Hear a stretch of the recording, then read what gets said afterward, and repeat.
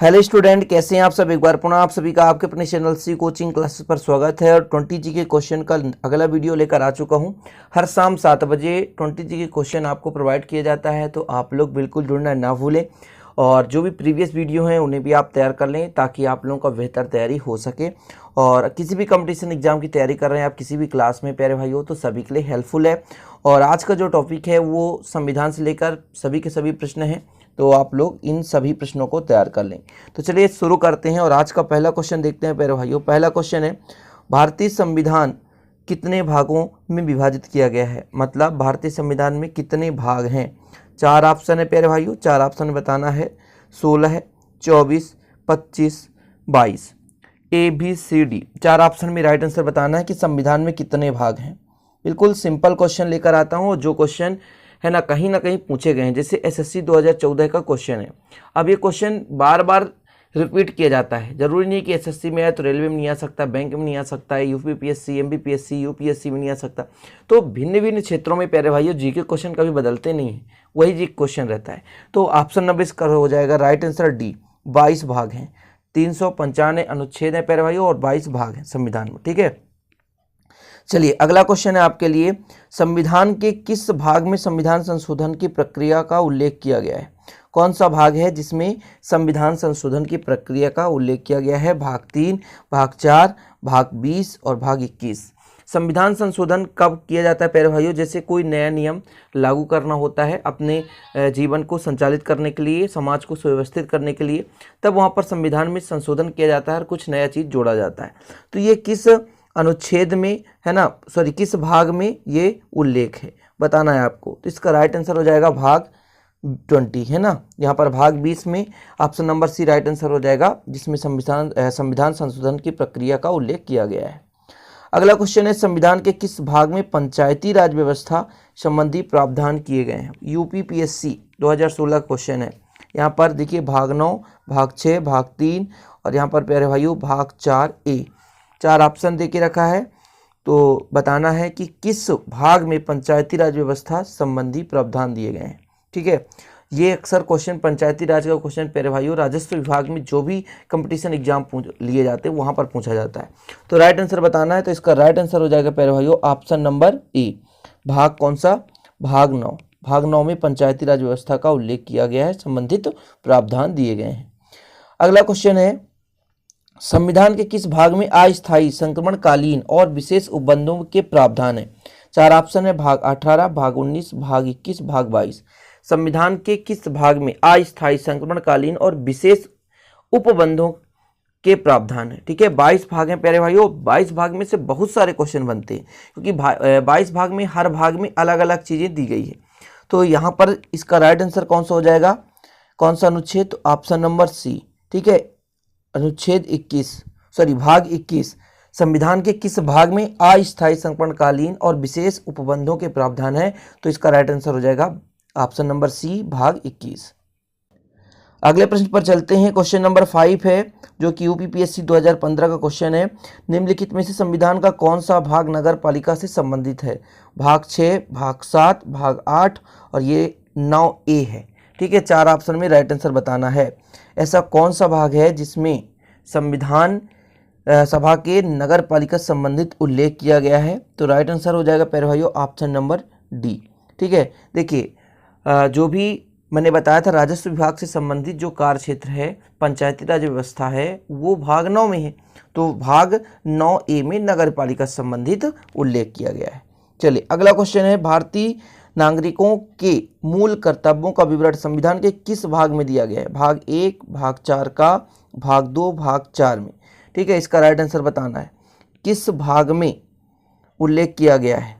Question number 6 है, मूल कर्तव्यों का उल्लेख किस भाग में किया गया है बताना है। ठीक है, तो इसका राइट आंसर हो जाएगा प्यारे भाइयों ऑप्शन नंबर बी। ठीक है, भाग 4 के, यहाँ पर देख सकते हैं भाग 4 के का में। ठीक है, या ए। चलिए अगला क्वेश्चन है, भारत में संविधान सभा में कितनी अनुच्छेद।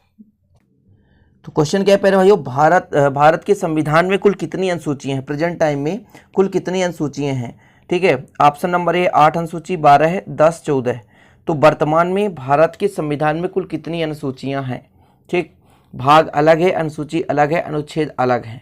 ठीक है, तो बताना है कितनी अनुसूची हैं। तो इसका राइट आंसर कौन सा हो जाएगा प्यारे भाइयों, ऑप्शन नंबर बी, 12 अनुसूची, 22 भाग हैं, 395 अनुच्छेद हैं। ठीक है, याद कर लीजिए, 22 भाग, 12 अनुसूची और 395 अनुच्छेद हैं। अगला क्वेश्चन है, भारतीय अर्थव्यवस्था कैसी है? भारतीय अर्थव्यवस्था कैसी है? पूंजीवादी अर्थव्यवस्था है, साम्यवादी अर्थव्यवस्था है, स्वतंत्र अर्थव्यवस्था है, मिश्रित अर्थव्यवस्था है। भारतीय अर्थव्यवस्था कैसी है? 4 ऑप्शन में देखिए, एसएससी 2014 और 15 का क्वेश्चन है, मतलब लगातार रिपीट किया गया है और ये क्वेश्चन बार बार रिपीट भी किए जाते हैं। तो कैसी अर्थव्यवस्था है? राइट आंसर हो जाएगा डी, मिश्रित अर्थव्यवस्था है। ठीक है, भारतीय जो अर्थव्यवस्था कैसी है? मिश्रित अर्थव्यवस्था है। अगला क्वेश्चन है प्यारे भाइयों, मिश्रित अर्थव्यवस्था का क्या अभिप्राय है? 4 ऑप्शन है, जिसमें पहला है अर्थव्यवस्था में कृषि और उद्योग दोनों को बढ़ावा देना, सरकारी व निजी सह अस्तित्व। अगला है अमीर व गरीब का सह अस्तित्व, छोटे और बड़े उद्योगों का सह अस्तित्व। तो 4 ऑप्शन में राइट आंसर बताना आपको। देखिए, एसएससी 2013 और 15 का क्वेश्चन है। तो मिश्रित अर्थव्यवस्था का मतलब ये होता है प्यारे भाइयों, सरकारी और निजी दोनों का सह अस्तित्व होना चाहिए। तो option number B right answer हो जाएगा। अगले प्रश्न पर चलते हैं। क्वेश्चन नंबर आपका 10 है, बंद अर्थव्यवस्था का क्या अभिप्राय है? जिसमें क्या होता है, मुद्रा पूर्ति पूर्णतः नियंत्रित होती है, घाटे की वित्तीय व्यवस्था होती है, केवल निर्यात होता है, ना तो निर्यात होता है ना ही आयात होता है। बंद, बंद का मतलब अंदर से ना बाहर, बाहर से ना अंदर, मतलब इसका राइट आंसर क्या हो जाएगा प्यारे भाइयों, ना तो निर्यात हो ना ही आयात हो। तो option number D right answer हो जाएगा, बंद अर्थव्यवस्था में। अगला क्वेश्चन है, संरचनात्मक बेरोजगारी का कारण है? क्या कारण है? अपस्फीति की अव्यवस्था, भारी उद्योग की अवनति, कच्चे माल की कमी, अपर्याप्त उत्पादन क्षमता। इसका राइट आंसर बताना है आपको। संरचनात्मक बेरोजगारी का कारण क्या है? तो ऑप्शन नंबर डी होगा आंसर, अपर्याप्त उत्पादन क्षमता। ठीक है, मतलब जितना प्यारे भाइयों आवश्यकता नहीं उससे भी ज्यादा है ना उत्पादन हो जाए। ठीक है, ये होता है संरचनात्मक बेरोजगारी। वैश्वीकरण का क्या अर्थ है? 4 ऑप्शन है, अर्थव्यवस्था का एकीकरण, वित्तीय बाजार का एकीकरण, घरेलू अर्थव्यवस्था का वैश्विक अर्थव्यवस्था के साथ एकीकरण, अर्थव्यवस्था के विभिन्न खंडों का एकीकरण। तो वैश्वीकरण का अर्थ बताना है, तो इसका राइट आंसर है सी, घरेलू अर्थव्यवस्था का वैश्विक अर्थव्यवस्था के साथ एकीकरण, यही है वैश्वीकरण। ओके, चलिए अगला क्वेश्चन है, निम्नलिखित में से किस राज्य को अत्यधिक कुपोषण के कारण भारत का इथोपिया कहा जाता है? ठीक है, 4 ऑप्शन है, बिहार, मध्य प्रदेश, झारखंड, उड़ीसा। कुपोषण के कारण इथोपिया किसे कहा जाता है? भारत का इथोपिया वो है प्यारे भाइयों मध्य प्रदेश, अपना मध्य प्रदेश। ठीक है, option number B right answer हो गया। अगला क्वेश्चन, क्वेश्चन नंबर 14 है, निम्नलिखित में से कौन सा एक सूचकांक भारत गरीबी की तीव्रता की माप के लिए उपयुक्त है?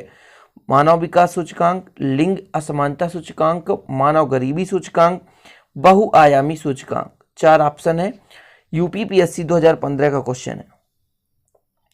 तो इसका राइट आंसर हो जाएगा प्यारे भाइयों option number D, option number D, बहुआयामी गरीबी सूचकांक। अगला क्वेश्चन है, मानव विकास सूचकांक का आधार क्या होता है? 4 ऑप्शन है, पहला है स्वस्थ शिक्षा रोजगार जीवन स्तर, स्वस्थ शिक्षा रोजगार, और सी है स्वस्थ शिक्षा जीवन स्तर, शिक्षा रोजगार जीवन स्तर। 4 ऑप्शन में राइट आंसर बताना है। मानव विकास सूचकांक का आधार क्या है? तो इसका राइट आंसर हो जाएगा ऑप्शन नंबर सी, क्या प्यारे भाइयों, स्वस्थ शिक्षा जीवन स्तर। ओके, चलिए अगले प्रश्न पर चलते हैं। अगला प्रश्न है आपके लिए, राज्य स्तरीय मानव विकास रिपोर्ट जारी करने वाला प्रथम राज्य कौन सा है?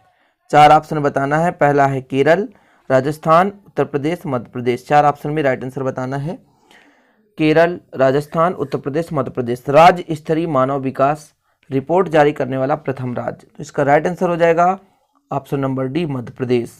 ठीक है, कौन सा राइट आंसर? मध्य प्रदेश। किस देश का आर्थिक विकास निर्भर, देखिए किसी देश का आर्थिक विकास किस पर निर्भर करता है? प्राकृतिक संसाधन, पूंजी निर्माण, बाजार का आकार, उपयुक्त छवि। देख सकते हैं भैया, आर्थिक विकास मतलब धन संपत्ति में ग्रोथ हो, वो किस पर डिपेंड कर रहा है? तो प्यारे भाइयों प्राकृतिक संसाधन होगा तभी तो विकास होगा, पूंजी का निर्माण भी होना चाहिए, बाजार कायम हो, उपयुक्त छवि। मतलब राइट आंसर क्या होना चाहिए? Option number D correct answer हो जाएगा। अगला क्वेश्चन है, भारत के किस राज्य में गरीबों का प्रतिशत सबसे अधिक है? बिहार, छत्तीसगढ़, उड़ीसा, झारखंड। बताना है गरीबी के प्रतिशत सबसे ज्यादा। तो राइट आंसर प्यारे भाइयों, प्रतिशत की बात की जा रही है तो ऑप्शन नंबर बी होगा, छत्तीसगढ़। क्या? छत्तीसगढ़। ठीक है, चलिए अगला क्वेश्चन, भारत में निर्धनता के स्तर का आकलन किया जाता है किस पर? विभिन्न राज्यों के प्रति व्यक्ति आय के आधार पर, परिवार की औसत आय के आधार पर, परिवार की उपभोग व्यय के आधार पर, देश के मलिन व्यक्तियों की जनसंख्या के आधार पर। बताना है आपको। तो प्यारे भाई इसका राइट आंसर होगा ऑप्शन नंबर सी, परिवार के उपभोग व्यय के आधार पर। और आज का लास्ट क्वेश्चन है, अल्प विकसित देशों में गरीबी का मुख्य कारण क्या है? अल्प विकसित देशों में गरीबी का मुख्य कारण क्या है? SSC 2010 का क्वेश्चन है। स्वैच्छिक निष्क्रियता, आय में समानता, सांस्कृतिक गतिविधियों का अभाव, लोगों में बुद्धि का अभाव। ठीक है, तो बताना है प्यारे भाइयों, अल्प विकसित देशों में गरीबी का मुख्य कारण क्या है? तो आय में असमानता। आय में असमानता, जिसके पास धन है तो ज़्यादा ही धन है और जिसके पास कमी है तो ज़्यादा ही कमी है। तो ये मुख्य कारण है। ठीक है, चलिए तो इस प्रकार से 20G क्वेश्चन हो गया। और आज का प्रश्न प्यारे भाइयों, भारत की राष्ट्रीय आय का प्रमुख स्रोत है कृषि क्षेत्र, सेवा क्षेत्र, उद्योग क्षेत्र, व्यापार क्षेत्र। 4 ऑप्शन में राइट आंसर आपको कमेंट करके बताना है कि भारत में राष्ट्रीय आय का प्रमुख स्रोत क्या है। ओके, तो इस प्रकार से आपका आज का 20G के क्वेश्चन कंप्लीट हुआ। हर दिन शाम 7 बजे आपके लिए प्रोवाइड किया जाता है। तो वीडियो को बिल्कुल लाइक करना ना भूला करें और अच्छा लगे तो शेयर करें दोस्तों के साथ। ठीक है, मिलते हैं अगले वीडियो में। जय हिंद, वंदे मातरम।